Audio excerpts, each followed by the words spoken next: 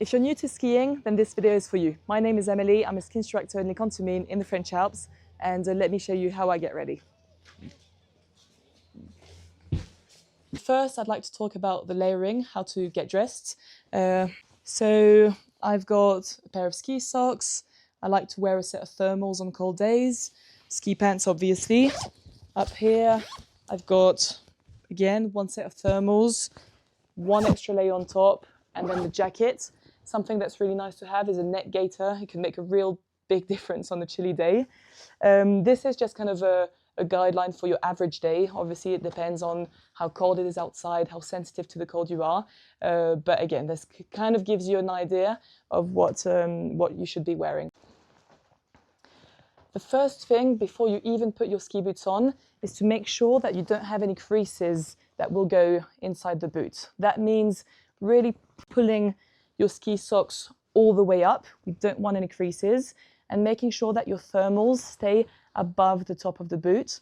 Often we see people kind of putting the thermals down and then the sock goes on top, which can cause a crease that then goes into the shoe. It might seem like nothing, but it's something that can be really, really uncomfortable. So again, pull the sock up and the thermals kind of stay up there.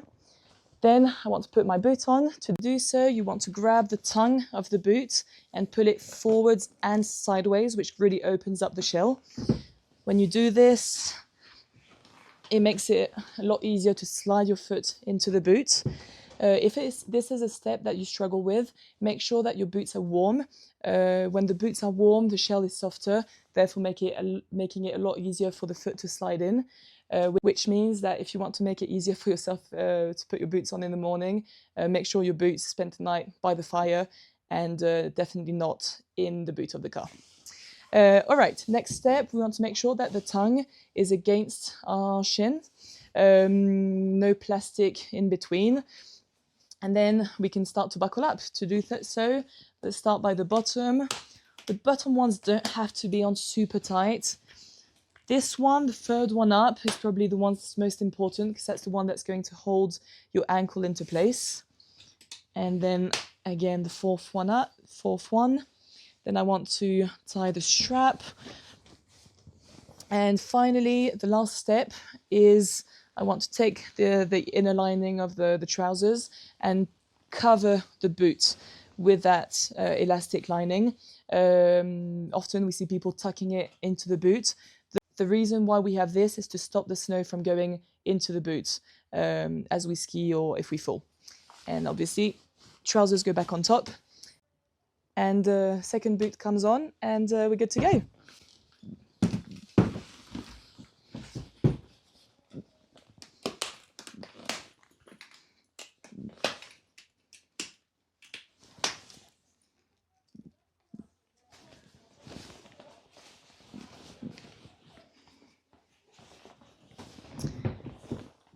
Once this is done, I just need to make sure to grab my essentials. Things that I always keep in my pockets are sun cream, a cereal bar, some tissues, hand warmers, phone, and Lift Pass, obviously.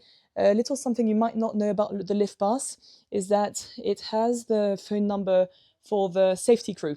So if something were to happen to you on the slopes and you need to call the rescue crew, then you know where to find the number.